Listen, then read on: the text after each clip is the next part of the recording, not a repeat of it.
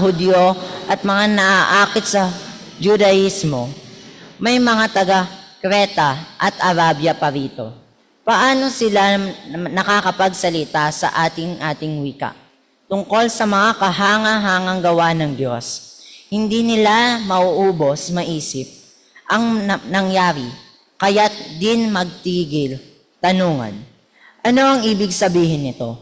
Ngunit ang iba'y pakutyang nagsabi, mga lasing iyan. Tumayo si Pedro at ang 11 apostol at nagsalita ng malakas. Mga kababayan at mga naninirahan sa Jerusalem, pakinggan niyong lahat ang aking sasabihin. Hindi lasing ang mga taong ito, gaya ng palagay ninyo, sapagkat ikasiyam pa lamang ng umaga. Manapay, natupad ngayon ang sinabi ni Propeta Joel. Ito ang gagawin ko sa mga huling araw, sabi ng Diyos. Pagkakalooban ko ng mga espiritu ang lahat ng mga tao. At sa ngalan ko'y magpapahayag ang inyong mga anak. Ang inyong mga binatay makakakita ng pagpangitain. At ang iyong matatandang lalaki magkakaroon ng mga panaginip. Sa mga araw na iyon ay pagkakalooban ko rin ng aking espiritu, ang aking mga alipin, maging lalaki at babae. Sa ngalan ko'y magpapahayag sila. Magpapakita ako ng mga himala sa langit at mga kababalaghan sa lupa, dugo, apoy at makapal na usok. Magdidilim ang araw at pupulang animoy dugo ang buwan bago sumapit ang araw ng Panginoon, ang dakila at magniningning na araw. At sino mang tumawag sa pangalan ng Panginoon ay maliligtas.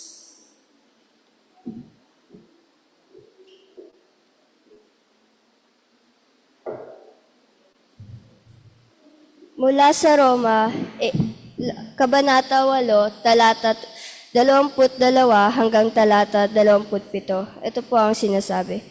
Alam nating hanggang ngayon dumaraing ang isang lilikha dahil sa matinding hirap na tulad ng isang nanganganak. At hindi lamang ito, kundi tayong mga tumanggap ng Espiritu bilang unang kaloob ng Diyos ay dumaraing din habang inihintay natin ang paghahayag ng ating pagiging anak ng Diyos at ang paglaya ng ating mga katawan. Niligtas tayo dahil sa pag-asang ito. Ngunit hindi iyon matatawag na pag-asa kung nakikita na natin ang ating inaasahan. Sapagkat sinong tao ang aasa pa kung ito'y nakikita na niya? Ngunit kung umaasa tayo sa hindi nating nakikita, hinihintay natin iyon ng buong tiyaga. Gayon din naman, tinulungan tayo ng Espiritu sa ating kahinaan. Hindi tayo marunong manalangin ng wasto, kaya't ang Espiritu ang dumaraing para sa atin sa paraan di natin kayang sambitin. At ang Espiritu na siyang nakasaliksik ng puso ng tao, ang siyang nakakaalam kung ano ang kalooban ng Espiritu sapagkat ang Espiritu ang namamagitan para sa mga hinirang ayon sa kalooban ng Diyos.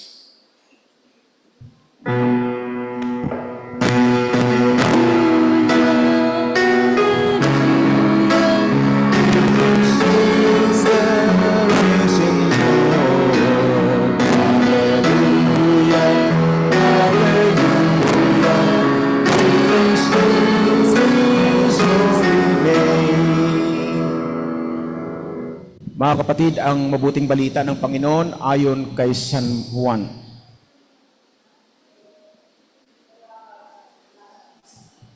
Ngunit pagdating ng patnubay, nasusuguin ko mula sa Ama ang Espiritu ng katotohanan na nagmumula sa Ama. Siya ay magpapatutuo tungkol sa akin. At magpapatutuo rin kayo tungkol sa akin sapagkat kasama na ninyo ako buhat pa sa pasimula. Subalit sinasabi ko ito sa inyo upang kapag dumating ang panahon na gagawin na nila ang mga ito, maalala ninyo ang sinabi ko sa inyo tungkol sa kanila. Hindi ko ito sinabi sa inyo noong una sapagkat kasama pa ninyo ako. Ngunit ngayon, pupunta na ako sa nagsugo sa akin at wala ni isa man sa inyo ang nagtanong kung saan ako pupunta. Ngayon, sinabi ko na sa inyo, lubha naman kayong nalungkot. Subalit, sinasabi ko sa inyo ang katotohanan, ang pag-alis ko'y sa ikabubuti ninyo sapagkat hindi paririto sa inyo ang patnubay kung hindi ako aalis. Ngunit pag-alis ko, isusugo ko siya sa inyo.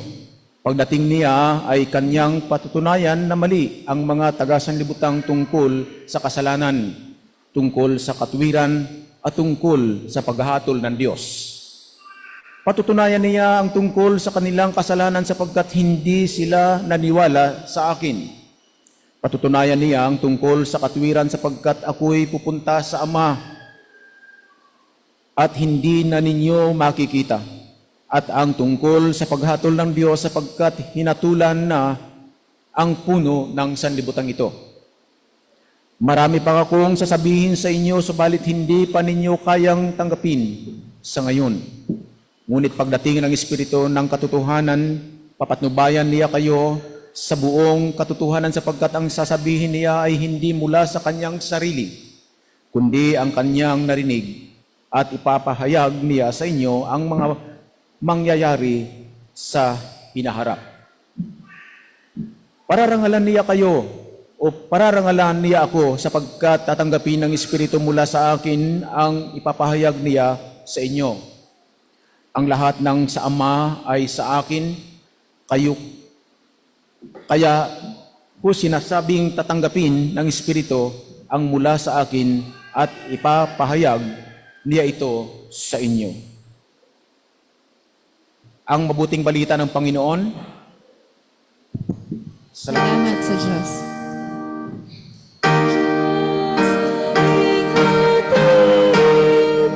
Ang salita gaya ng ating sa pagpangin.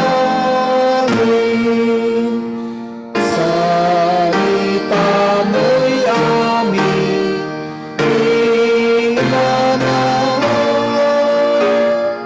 Nais ng tamuing yari buhay.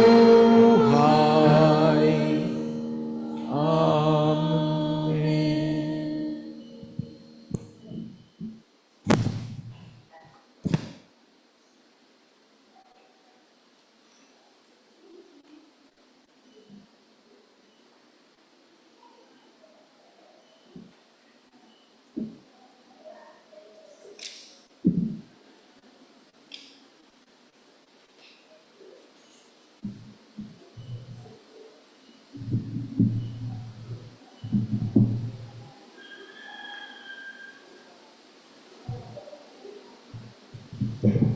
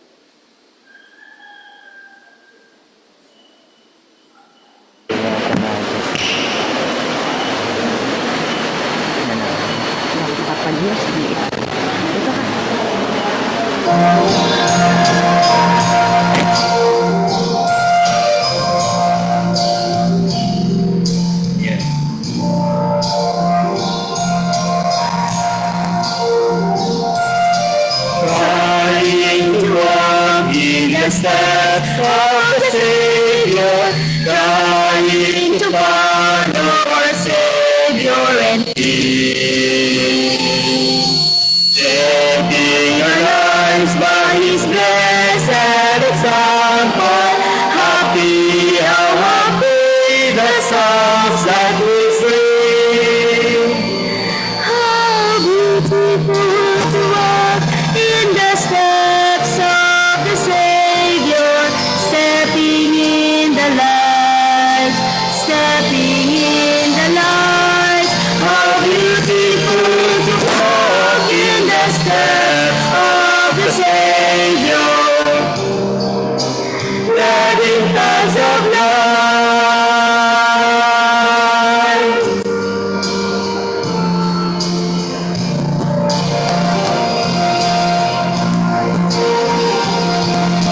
Blessing across me to me who is living when we attempted to turn from the way. Trusting the arms that is strong to defend us. Happy, how happy our praises each day. How beautiful in the steps of the Savior, walking in the light, stepping in the light. How beautiful to walk in the steps of the Savior, treading paths of light.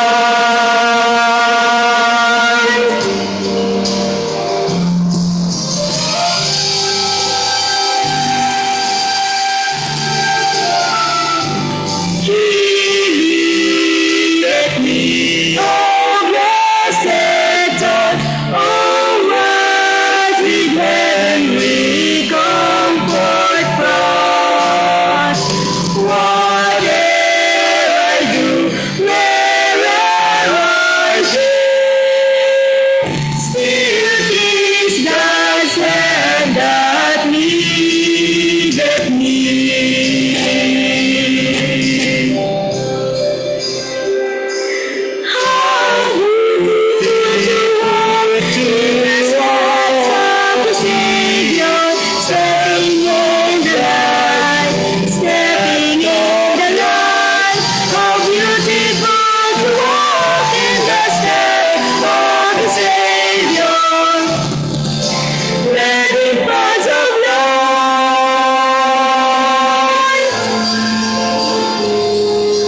Walking in the steps of the Lord.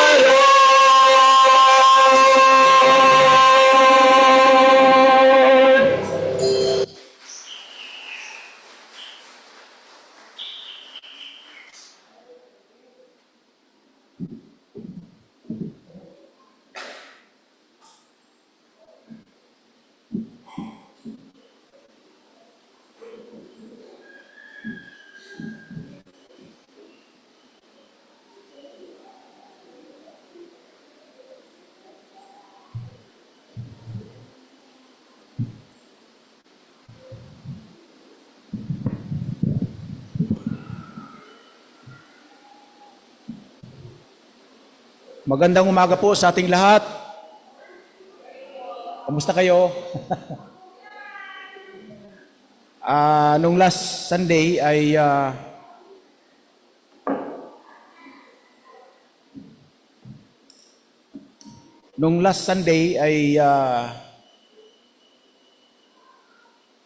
Mother's Day natin. Ayan.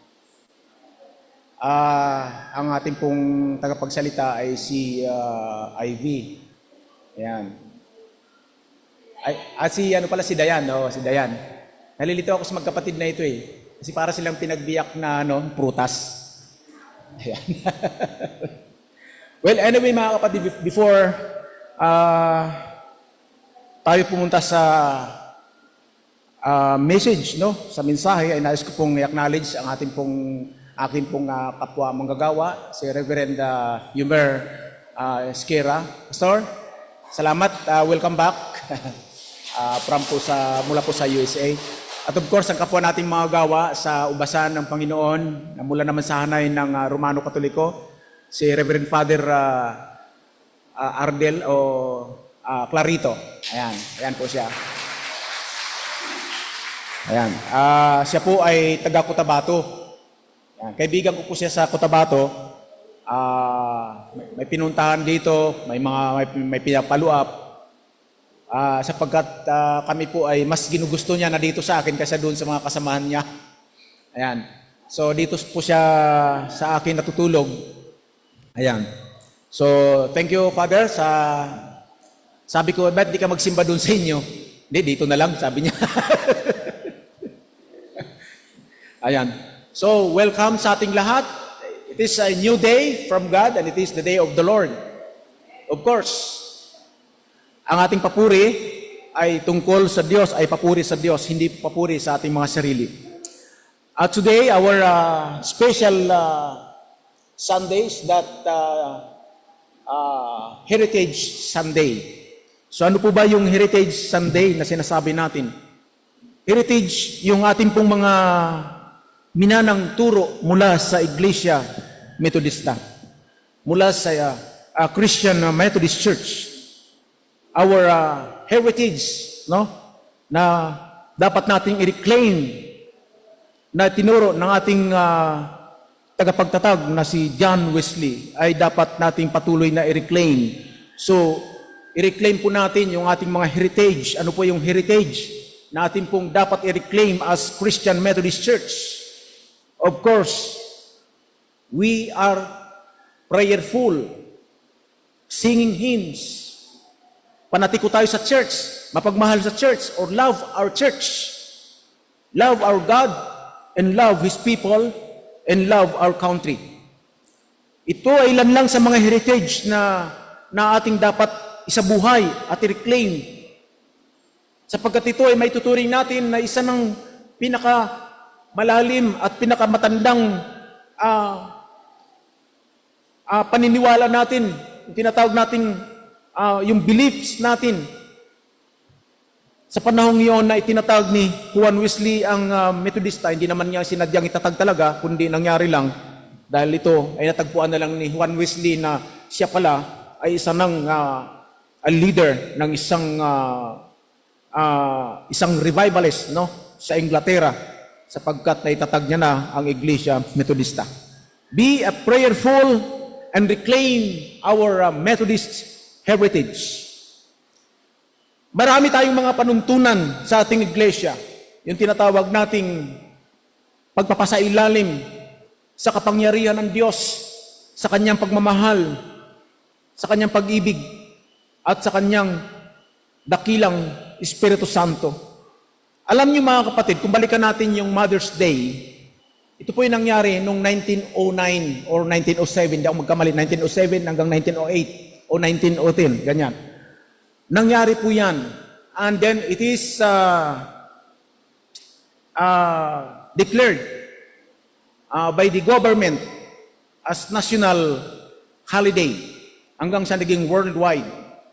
At ito po ay pinangunahan ng isang revivalist, ng isang sosyalista na Metodista sa Estados Unidos.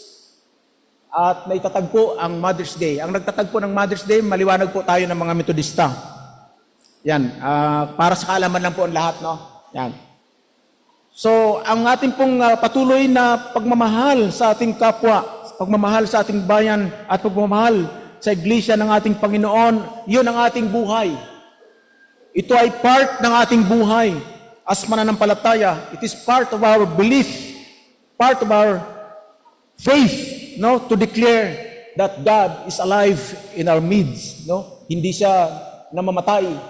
Kaya dapat tayo hindi papatay-patay, hindi pahina-hina, hindi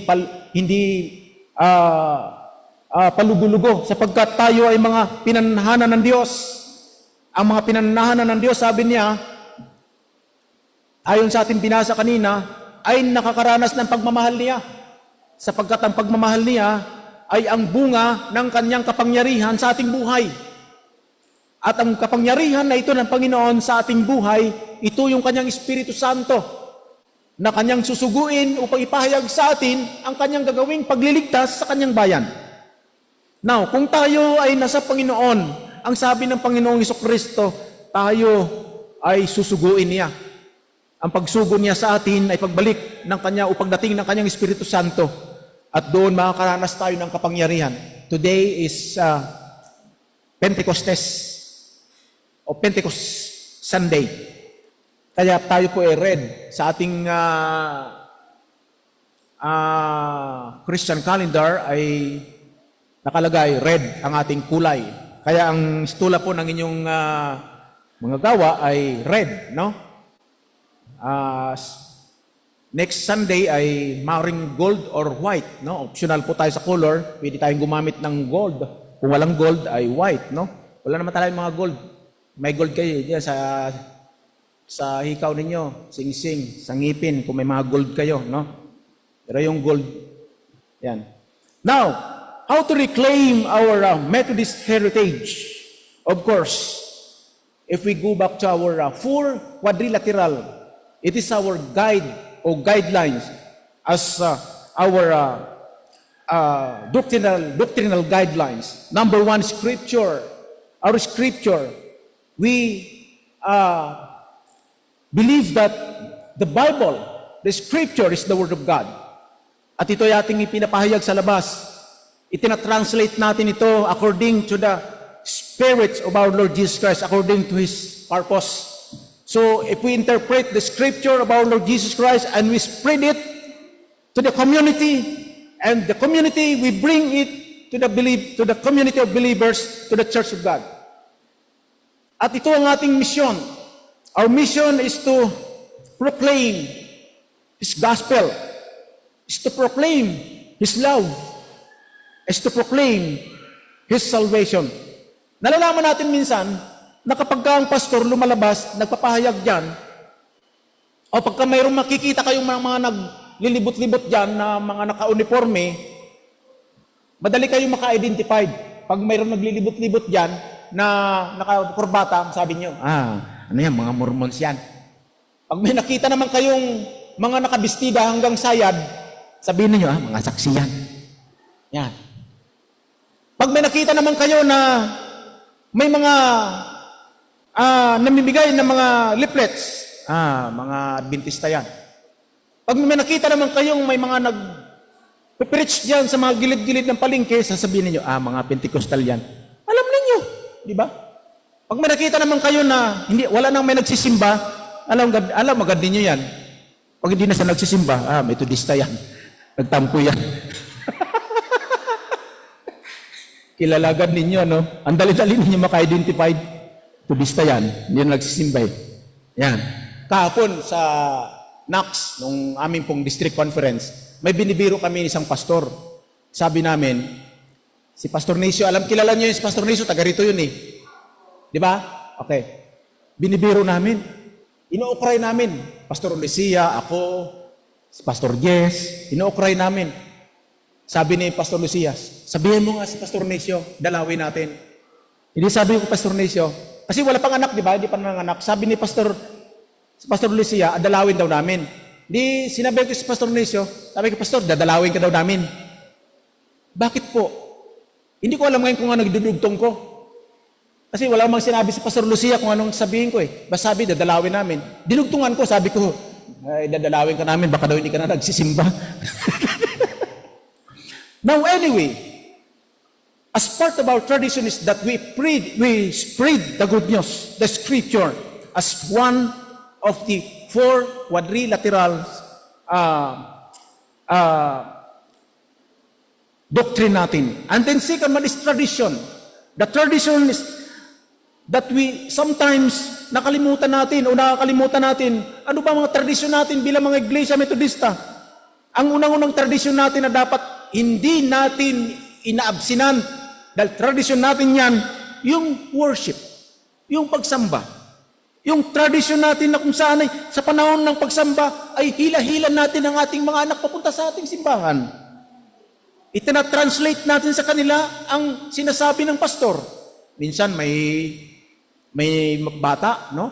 Nung ako'y sa isang simbahan sa Taguig, sabi ng bata doon sa nanay niya, nung nagdalaw ako, Inay, andito si pastor. Papasukin mo anak. Habang kami nagkikwentuhan, sumisingit ang anak niya. Inay, bakit pag nagsisimba tayo, si pastor laging nagagalit? Sabi ng nanay, bakit? Kasi ang lakas-lakas ng boses niya.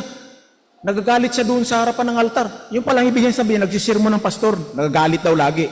Yan, malakas daw ang busis. Parang nga pakiramdam niya, nagagalit. Now, kung wala kayo doon na magulang na mag-interpret doon sa kanyang sinasabi, sino ang asahan ninyo? Di ba wala? Mahalaga ang papel ng mga magulang na i-interpret sa anak ang kanilang naririnig sa simbahan. Sapagkat yan ang ating tungkulin. Panahon ng mga Hudyo, ang mga anak nila, maliliit pa, dinadala nila sa kataluktok ng kanilang mga bahay. At tinuturuan nila ng kanilang tradisyon, pananampalataya at pagsamba. Tinitingnan nila ang kalangitan at pinapaliwanag nila sa kanilang mga anak, ano bang mga tanda na yan? Ay sa atin, yung tanda ng ating simbahan, hindi nga natin natatandaan di ba? Ano bang tanda ng ating simbahan? Yan, naglalagay na tayo ng krus dyan Sa labas, wala. Wala tayong tanda. Tinatago natin ang Panginoon sa loob ng ating iglesia. Hindi natin nilalabas. Tapos ang nakalagay lang doon sa labas, St. Mark United Methodist Church. Nakaharap pa sa ilog. Sinong magbabasa dyan sa ilog? Nakakaya, no?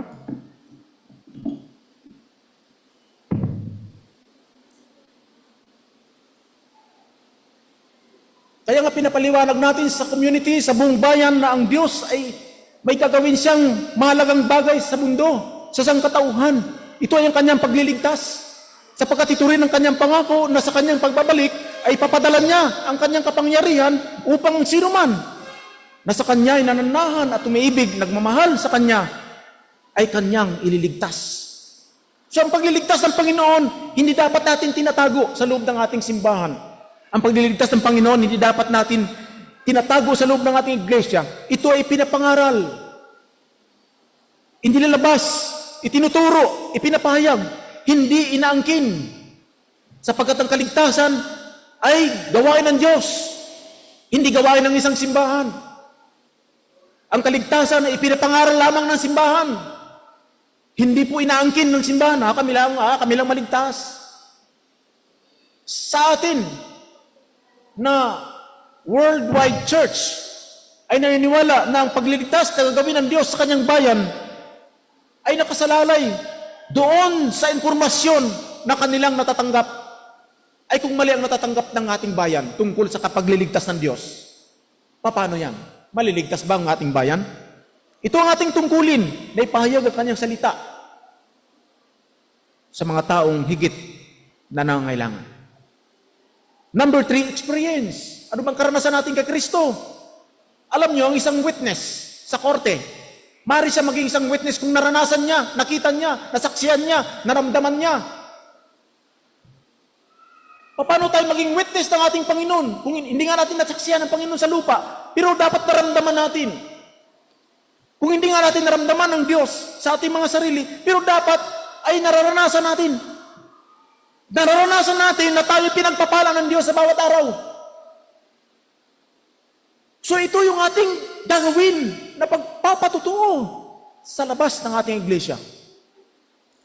At i-express natin sa komunidad na doon ay may Diyos na handang patnubayan ang kanyang bayan, na handang pagpalain ang buong sangkatauhan, na handang patawarin ang kanilang mga kasalanan. Ang pagkakasala ng bayan sa harapan ng Diyos ay lubhang lala na mga kapatid. Sapagkat sabi niya ang bawat bayan na hindi magbalik loob ay hindi ko rin sila patatawarin. Subalit ang bawat bayan na nagbabalik loob sa akin ay papatawarin ko sila at ibabalik ko sa kanila ang kanilang kasaganaan, ang kasaganaan ng kanilang mga lupain. Ganitong pangako ng Diyos Ganyang kataas ang pangako ng Panginoon, ganyang kataas ang kanyang pagmamahal sa kanyang bayan, sa sangkatauhan. Kaya ang kahalagahan ng ating mga karanasan upang tayo makapagpatutuo kay Kristo, dapat naranasan mo. Diba? Pag hindi mo naranasan at ikaw ay nagpapatutuo, ituturing ka na bulaang propita. Kami, nagseminaryo kami. Kaya nagpapatutuo kami. Dahil inaral namin. Kayo, nag-aaral kayo ng salita ng Diyos. Kaya nagpapatutuo kayo dahil inaral ninyo. Ang pagpatutuo ay sigundoon sa iyong karanasan. Pag hindi tayo nakaranas at tayo nagpatotoo, ituturing tayo na bulaang propeta, bulaang saksi, at bulaang witness sa korte. Bayaran ng abogado, idoktor ang mga statements, sabihin ng abogado, itong sabihin mo ha, na humigit kumulang 10 metro ka doon sa pinangyarihan ng krimen at ganap na humigit kumulang ng alas 7 ng gabi. Ganyan naman sa korte, puro humigit kumulang. Yan. Walang tama, no? Puro humigit kumulang. At ang magtatama diyan, yung judge. Pag pinupok ng judge ang kanyang martilyong goma o kahoy doon sa kanyang lamisa, 2 lang ang kahinatnan mo diyan. Maring dismiss ang kaso o maring convicted ka. Atulan ka ng habang buhay. Mga kapatid, mahalaga ang karanasan kay Kristo. Kung naranasan mo ang kapwa mo, kaya mayroon kang sinasabi sa iba. Nakasagutan mo kasi, kaya nasabi mo sa iba. Nachismis mo. Di ba? Dahil naranasan mo. Pero ang karanasan kay Kristo, dapat sa tuwing maranasan natin si Kristo sa ating buhay sa bawat araw, dapat nagpapatotoo tayo. Dapat sinasabi natin, tulad ng ating pagsasabi sa iba. Ang ating mga karanasan kay Kristo ay karanasang makalangit, hindi po dapat makalupa. Sapagkat ang ating karanasan kay Kristo ay karanasang makalangit, hindi karanasang makasanlibutan. Ang sabi nga niya, ang sanlibutan, ang kasalanan ay hindi nila naunawaan ang kasalanan na makasanlibutan. Sapagkat hindi pa sila nakaranas ng patutuo ng Espiritu Santo. So hanggat hindi natin naranasan ang patutuo ng Espiritu Santo sa ating buhay sa pamagitan ng ating pagbabasa ng salita ng Diyos. Kaya nga tayo nagba-Bible study, kaya nga tayo nagsa-Sunday school, kaya nga tayo nag-aaral ng salita ng Diyos, kaya nga tayo may mga orientation para may tama at mailagay sa tamang gawain ng ating pananampalataya kay Kristo at pagsamba. Lastly, ika-4 at panghuli, reasons. Ano ba yung mga dahilan? Ano ba ang mga kakayanan natin para ipahayag ang salita ng Diyos? Ang mga kakayanan natin na ipahayag ang kanyang kalooban sa iba.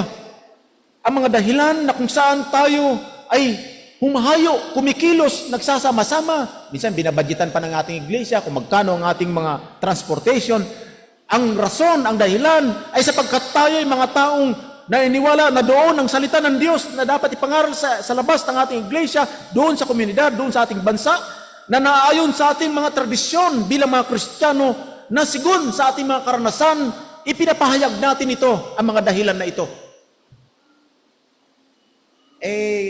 Yung mga magjuwa nga kaya nga pinapakasalan mo ang kanyang girlfriend mo, ang boyfriend mo, dahil may dahilan. Ang dahilan dyan, mahal mo siya.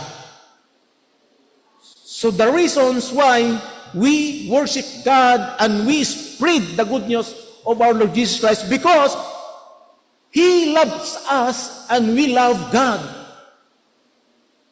Dahil alam natin na mahal tayo ng Diyos at alam natin na ang Diyos ang unang nagmahal sa atin at mahal natin ang Diyos. So we love God and we love His people and we love His church. So if we love His church, if we love the St. Mark UMC, of course, we love also God. If we love God, we love also His people. So sabi ng Panginoon, love your neighbors. Mayroon tayong 3 simple rules. Ano pang 3 simple rules na sinasabi ni John Wesley na itinuro niya? Ito po nangyari ito sinulat niya ito noong 17th century pa. Sabi niya, do no harm, do good, do no harm, stay in love with God. Imagine that, mga kapatid. Do good, do no harm, stay in love with God. Di ba? Sa mga mag-asawa, dapat itong nangyayari sa kanila Hindi ka dapat nakakasakit ng damdamin ng iyong mahal na asawa. Dapat ang ginagawa mo ay pagmamahal. Di ba? Minsan, pag tumatawag ang misis, Daddy, or Pa, o anong tawag mo sa asawa mo? Itay, o ano man yan. I love you. Sagutin mo na, oh, love you. Sige. Di ba, mga ganun baga. Pero alam niyo mga kapatid, nakakatawa di ba? Tinatawag natin ng ating mga asawa, minsan tinatawag, Mami, Tinatawag natin, misis mo, tinatawag mo, ma, minsan ang anak ko nagtanong sa akin, nagtanong sa nanay niya, ma, si Papa ba, kapatid namin yan? Sabi ng ma, hindi bakit mo sabi ng kapatid? Papa mo yan. Bakit? Pariw-pariw lang kami natawag sa'yo ng mama. Mama rin sabi niya, tawag ka niya mama. Kami, mama din. Di ba? Kaya akala ng aming bunso, ay kapatid rin niya kami. Ako, no? So minsan, mas maganda na lang yung itay, no? Inay. Yung traditional na tawagan. Itay, inay, ang sarap-sarap pakinggan, di ba? Itay, inay, di ba? Tapos doon sa gitna ng partihan, no? Mga sosyalan. Itay, saan ka banda? Sunduin ka na namin. Di ba? Kasi tayo sanay sa social. Grabe tayong pag sinasabing social, mami, daddy, ma, yan. Daanan ka namin dyan. Mga ganun. Ma, daanan ka namin. Yan. Huwag lang niyo tawagin ang inyong tatay na ama. Kasi sabi ng Panginoon, huwag kayong magtawag ng ama, no? Siya lang ang ama kasi. Yan. Di ba? So minsan, sa buhay natin, dapat ang ginagawa natin ay ang nakakalugod sa Diyos. Hindi ka dapat nakakasakit ang damdamin ng iyong partner, ng iyong asawa, ng iyong kapwa mananampalataya. Dapat lagi kang nagpapaalala sa Kanya na ang pagmamahal na nararamdaman mo ngayon sa buhay mo ay ang pagmamahal na pinagkaloob ng Diyos. At ang pagmamahal na ito ay ang pagmamahal sa Kanyang bayan. Ang sinasabi niya, do no harm. Lagi kang mag-stay doon sa sinasabing good. Do no harm. Ito yung three simple rules na ito ni John Wesley ay patok sa buhay natin yan. Grabe talaga. Ang talab na talab sa atin yan. So kung ito ang isa sa buhay natin, wala nang nag-aaway. Walang nagtatampuhan. Walang nagbabangayan. Di ba sabi nga nila kapag ikaw daw ay malapit ng pumanaw, ibinta mo lahat ng mga ari-arian mo. Yan. Kung wala kang ari-arian, kung malapit ka ng pumanaw, mangutang ka na mangutang. Yan. Tapos yung ipamana mo sa mga anak mo, tingnan ko lang, may mamana yan. Wala. Utang yan eh. Diba? Pero kung may natira kang ari-arian, pag-aawayan ng anak mo yan. Sabi nilang ganon. Tapos, hindi lang pag-aawayan. Pag namatay ng kang anak mo, dahil lang matanda na rin. May iwan sa mga apo. Ang mga apo naman, medyo malayo na yun eh. Mas legit yung anak, no? Kaya kung kayo may mga ari-arian, mga kapatid, ipamana ninyo hanggat maaga pa. No? Yan. Stay in love with God. No? Ito yung mahiwaga. Stay in love with God. Pag in love ka, mga kapatid, anong naramdaman mo? Gusto mo lagi mo makita. Tama? Pag in love ka, gusto mo lagi mo siya makita. Pag in love ka, tatawa yung dalawang magkapatid. Pag in love ka, sino mga binata dyan? No? Pag in love ka, Padre, kalimutan mo yan, Padre. Huwag kang ganyan. Pag in love ka, dapat always present ka. Pag sinabi ng mahal mo, dapat andyan ka dahil in love kayo sa isa't isa. At ang sinasabing love at in love, stay in love with God, ang sinasabi na ito ni John Wesley ay ang pagmamahal na hindi naghahanap ng anumang kapalit. Na hindi sinasabi, I love you because you are beautiful. You are handsome. I love you because you are doctor, police, corporal. Ingat kayo sa police. Ayan.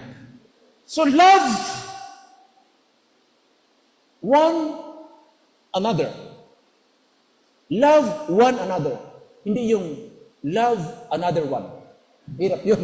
Dagdag ka ng padagdag, no?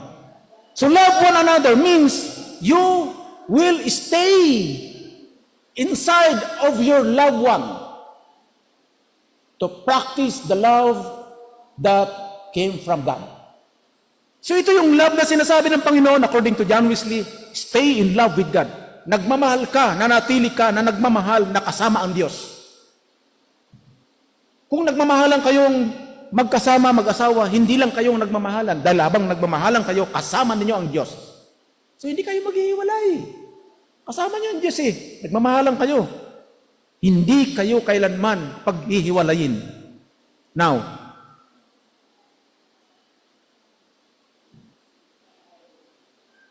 Mga kapatid, mayroon pala akong nakaligtaan eh. May apat pa. So, sayang din, hindi ko tapusin to. So, ito po, yun po ang 3 simple roles. And then another one, mayroon tayong 4 descriptions of Christian believers. Yung 4 description po natin na ito ay part ng ating book of discipline. Actually, ito naka-address sa mga manggagawa. But then, it is also our duty.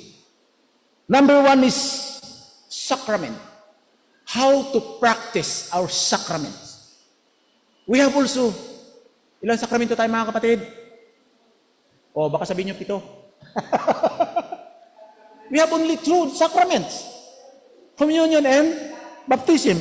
What is the 5? Wala tayo, no? 2 lang tayo. And all the rest are the duty, liturgical duty of our church. So 2 sacraments means it is our description. Sacrament, and number 2, words. Pakikinig sa salita ng Diyos, pangaral sa salita ng Diyos, sacrament, pagtupad sa sakramento ng Diyos. Kaya mga kapatid, ang ating Holy Communion, ang communion is, actually, it is the center of our worship. Hindi yung preaching. Preaching is not sacrament. Communion is sacrament of Jesus. Preaching is not sacrament. Pinaghahandaan po ng pastor yan. Inaral niya yan. Nagbabasa ng Biblia. Nagkukunot ang noo. Kaya ang pastor minsan, ubus ng buhok. Ganyan. Kasi kakaisip, ano sasabihin niya na naman bukas. Ganyan.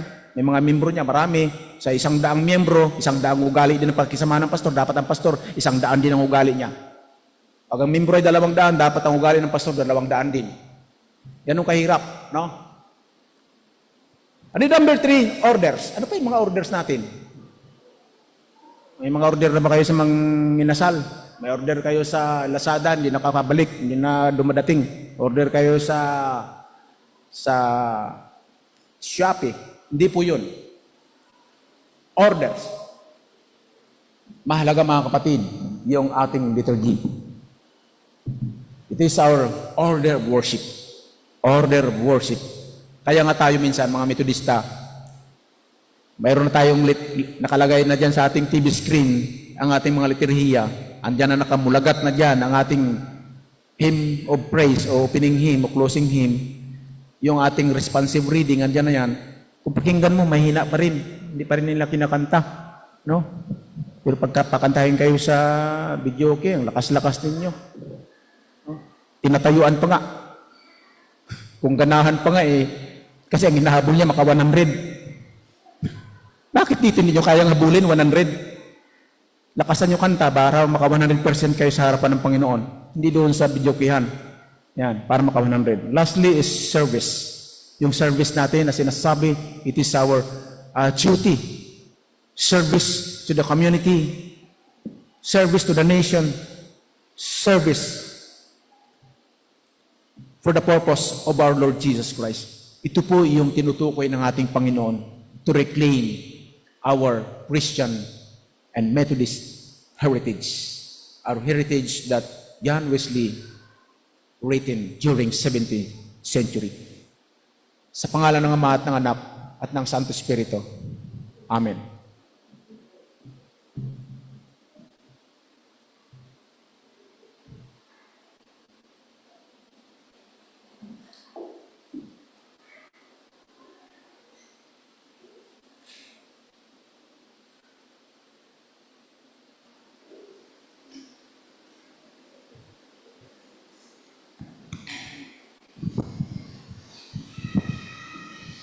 Sinasampalatayanan ko ang Diyos amang makapangyarihan sa lahat, lumalang ng langit at lupa, at si Jesucristo na anak na bugtong niya. Panginoon natin, na sa hiwaga ng Espiritu Santo, ay pinanganak ng Birheng Maria, nagdamdam ng hirap sa kahatulan ni Poncio Pilato, ipinako sa krus, namatay at inilibing. Sa 3 araw ay nabuhay sa mga patay.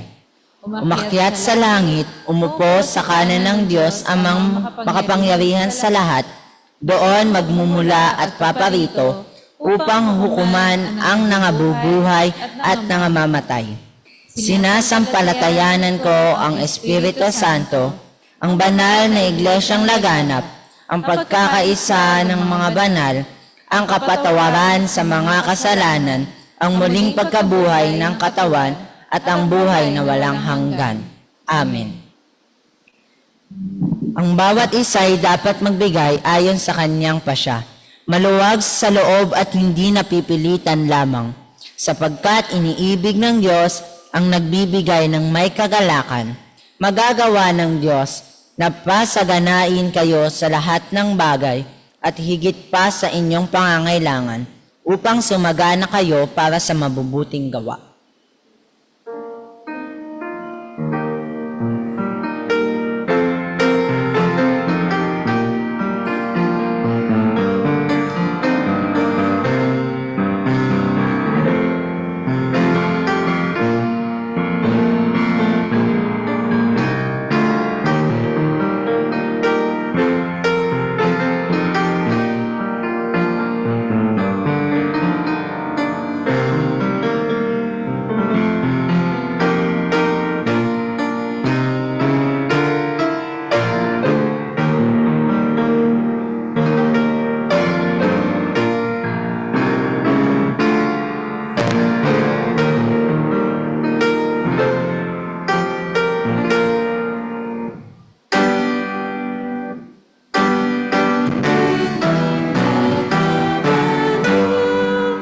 Diyos ng buong sanlilikha, purihin sa kalangitan, ang anak iwang ganang.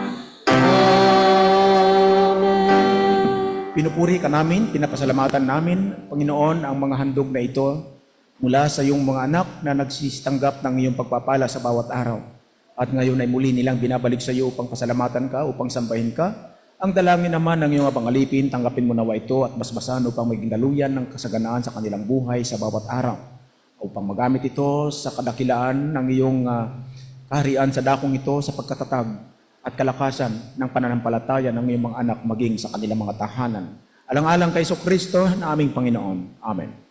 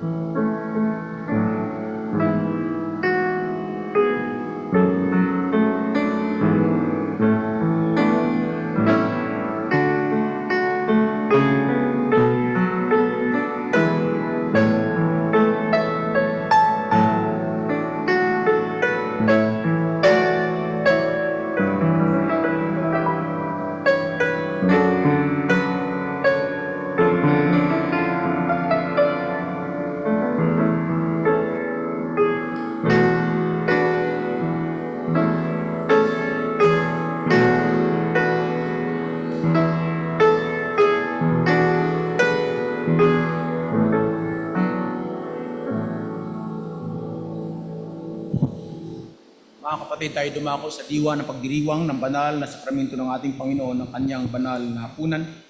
Ang Panginoon ay sumainyo. At sumainyo rin. Tayo magpasalamat sa Panginoon.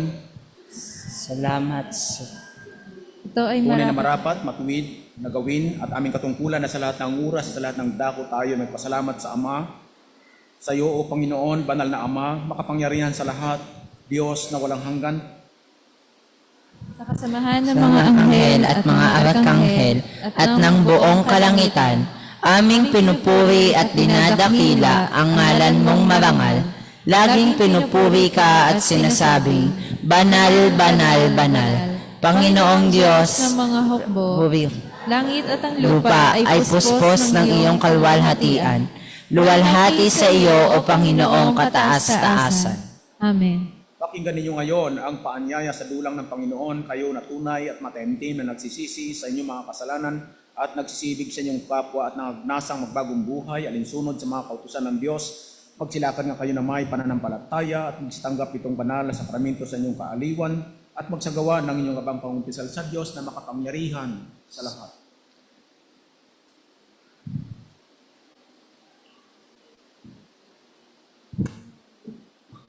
Makapangyarihang Diyos, Ama ng aming Panginoong Hesukristo, lumalang ng lahat ng bagay, hukom ng lahat ng tao, kinikilala po namin at itinatangis ang mga kasalanan at kasamaang sa tuwi-tuwinay aming nagagawa sa pag-iisip, sa pagsasalita at gawa, laban sa iyong banal na kamahalan.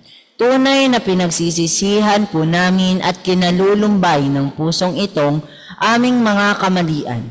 Ang gunitain lamang ay napakamanglaw sa amin. Maawa ka po sa amin, mahabaging Ama, alang-alang sa iyong anak at ang aming Panginoong Hesukristo, ay ipatawad mo nawa sa amin ang lahat ng aming nakaraan.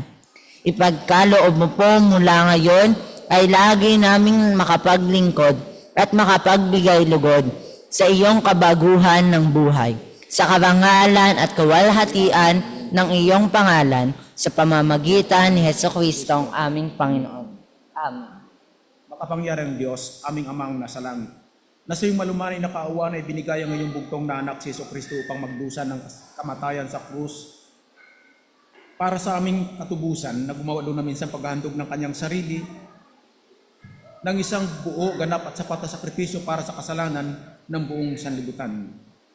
At sa kanyang banal na ebanghelyo ay natasan kami pagpatuloy ang palagiang pag-alaala ng kanyang kamatayan hanggang sa muli na ang pagdating.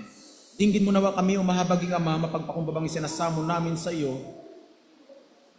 na kami magtanggap na itong tinapay at alak ayon sa habilin ng iyong anak at aming Panginoong Kristong tagapagligtas, na sa pagunitan ng kanyang pagkasakit, kamatayan at pagkabuhay na muli ay makabahagi kami sa kabanalas at sa pamagitan niya. Na nung gabing ipinagkanulo siya ay kumuha ng tinapay at nagpasalamat at ibinigay niya ito sa kanyang mga alagad at sinabi, "Kumuha at kumain kayo sapagkat ito ang aking katawan na ibinibigay para sa inyo, para sa ikapatawad ng marami. Gawin ninyo ito tuwing kayo'y kakain sa pag-alaala sa akin."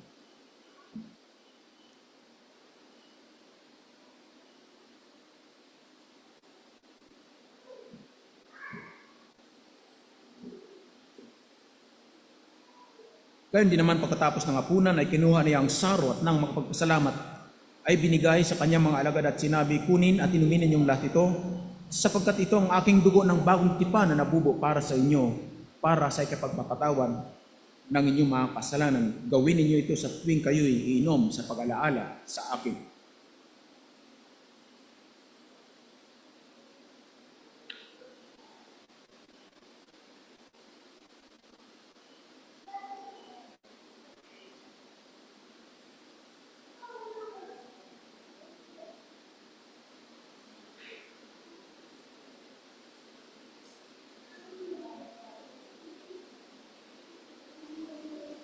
Ama naming banal, ikaw ang bukal ng tanang kabanalan sapagkat sa pamagitan ng iyong Espiritu Santo ay gawin mong banal ang kaloob na ito upang para sa amin maging katawan at dugo ng aming Panginoong Jesucristo.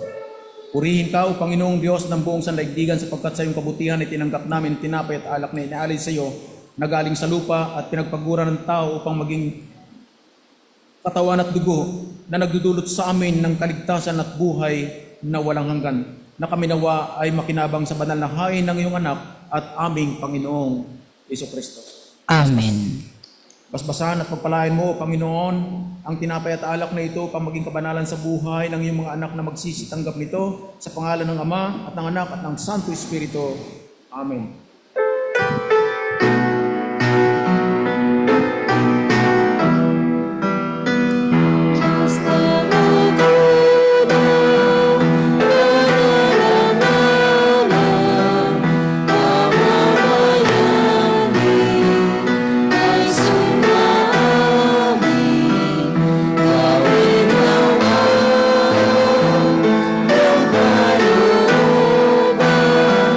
Sa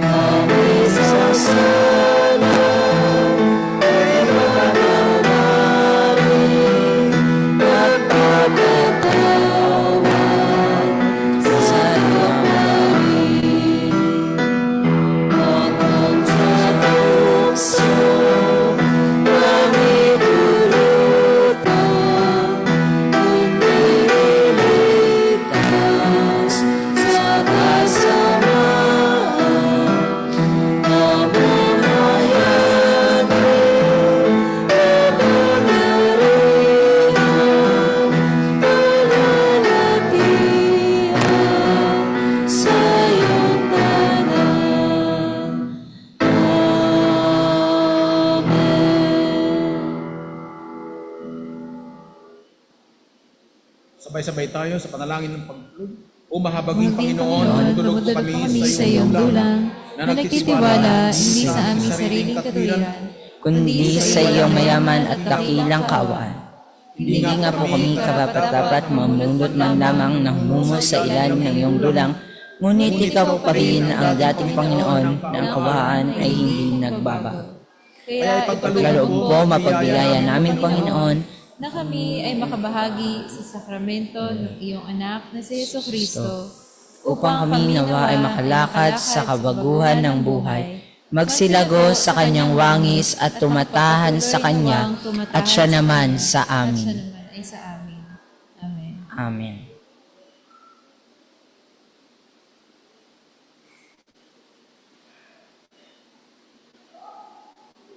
sapagkat sa tuwing tayo kakain ng kanyang katawan at minom ng kanyang dugo, ay pinapahayag natin ang kanyang pagkakasakit sa krus, kamatayan at pagkabuhay na maguli.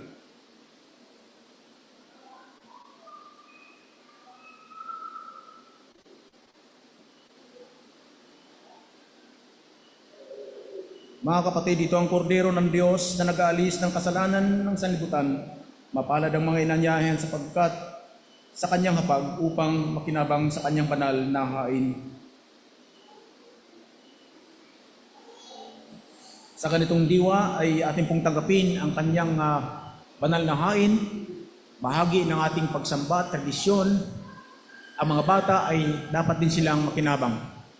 Unahin natin ang mga maliliit na bata, gabayan lamang natin sila upang may subo sa kanila ang mga elements, ang osya at ang saro na mayroong kaayusan.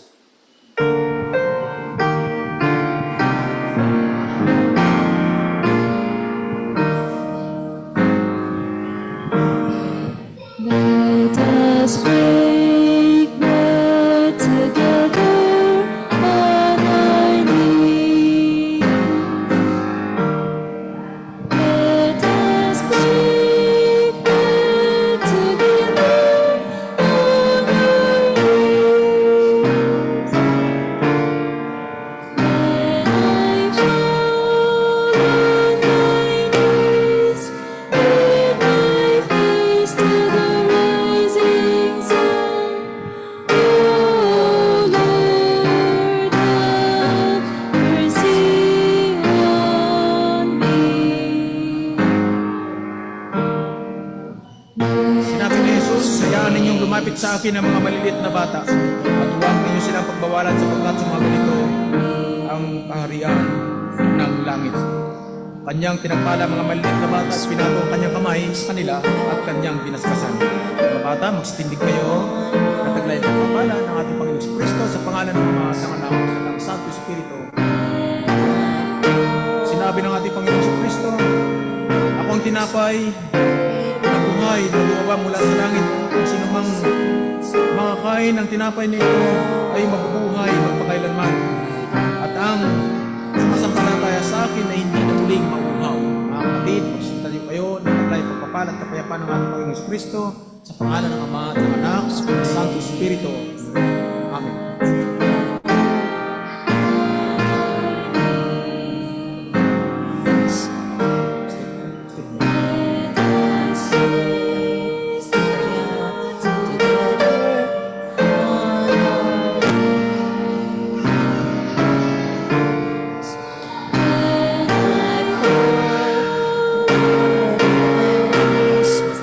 With my face to the rising sun, oh Lord, have mercy on me.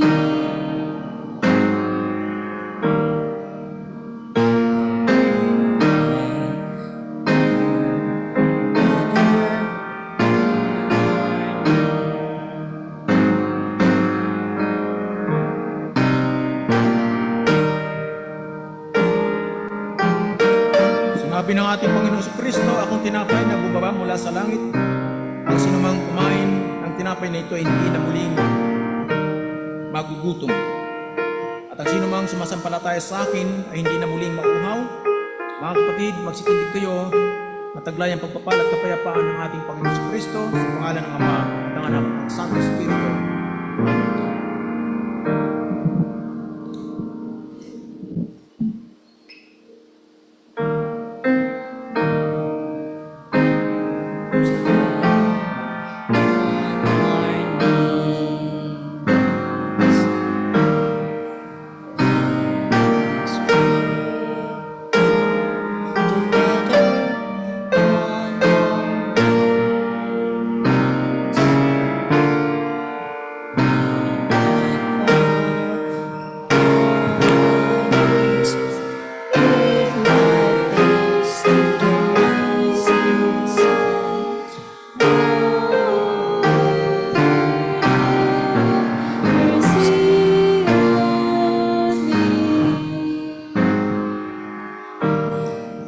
Let us bring up together on our knees. Let us bring up together Sinabi ng ating Panginoon Kristo, ako ang tinapay na bumang mula sa langit. Ang sinumang kumain nito ay hindi na muling magtutuloy. Ang sinumang sumampalataya sa akin ay hindi na muling magumaw. Mga kapatid, gusto ko kayo maglayang para sa kapayapaan ng ating Panginoon Kristo sa pangalan ng Ama, ng Anak, at ng Santo Espiritu.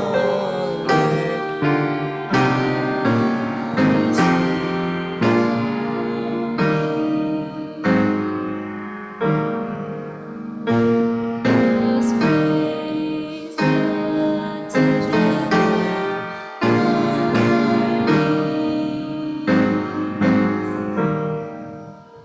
Let us praise God together on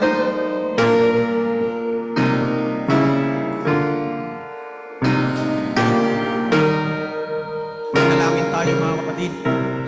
Pinupuri ka namin, Panginoon, at pinapasalamatan sapagkat sa mga sandaling ito na kami ay nakinabang ng iyong banal na hain, ay ginawa mo kaming karapat-dapat at gawin mo kaming kalugod-lugod sa iyong harapan sa bawat araw upang sa aming paghayop buhat dito ay makaranas kami ng iyong pagpapala magmula ngayon at magpa sa walang hanggan. Amen.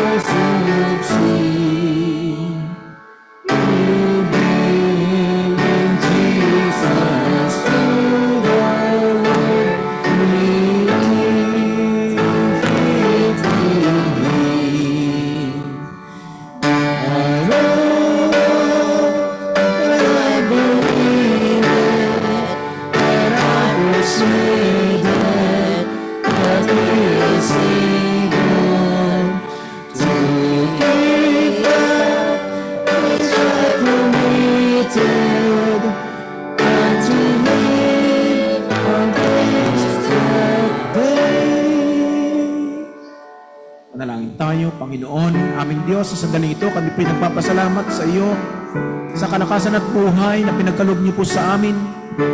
Pagpalain mo ang bawat isa, pagpalain mo ang bawat tahanan, pagpalain mo ang bawat kapatid, ang buong kapatiran ng iglesyang ito.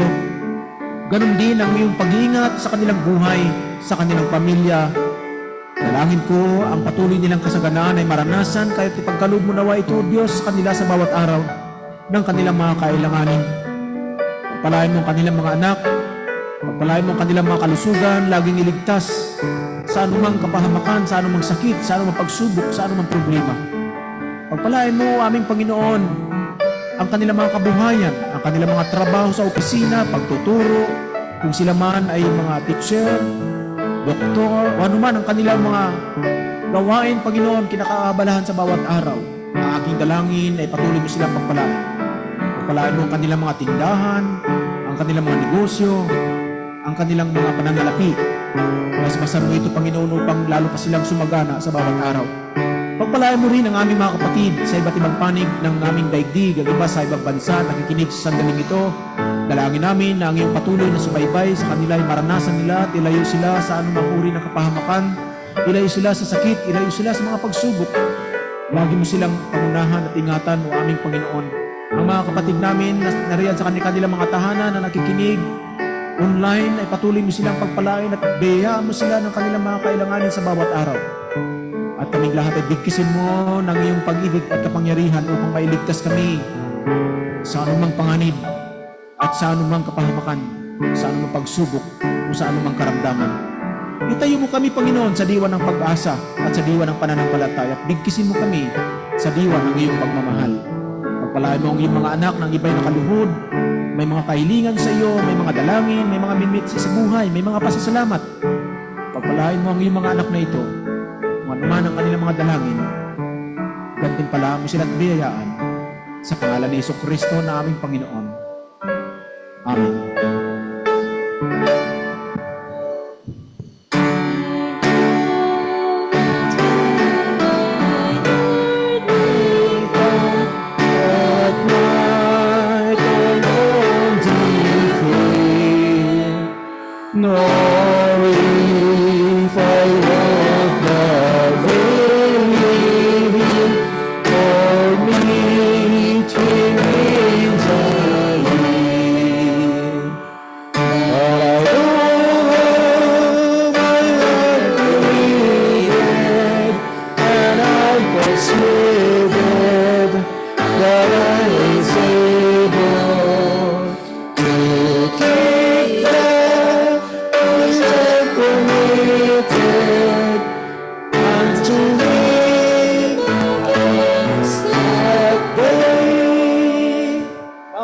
Tanggapin po natin ang pagpapala ng ating Panginoon Jesucristo sa pamagitan ng ating Amang nasa langit, kay Jesucristo na kanyang anak at Panginoon ng ating buhay na tagapagligtas, kasama ang Espiritu Santo na ang kaaliman at liwanag naway sumaatin at ang kanyang tanglaw ay mamalagi sa inyong mga puso. Magsiyayo kayo tanggapin ang pagpapalang ito hanggang sa inyong mga tahanan ay manatili sa inyo ang kanyang biyaya magmula ngayon at magpas sa walang hanggan.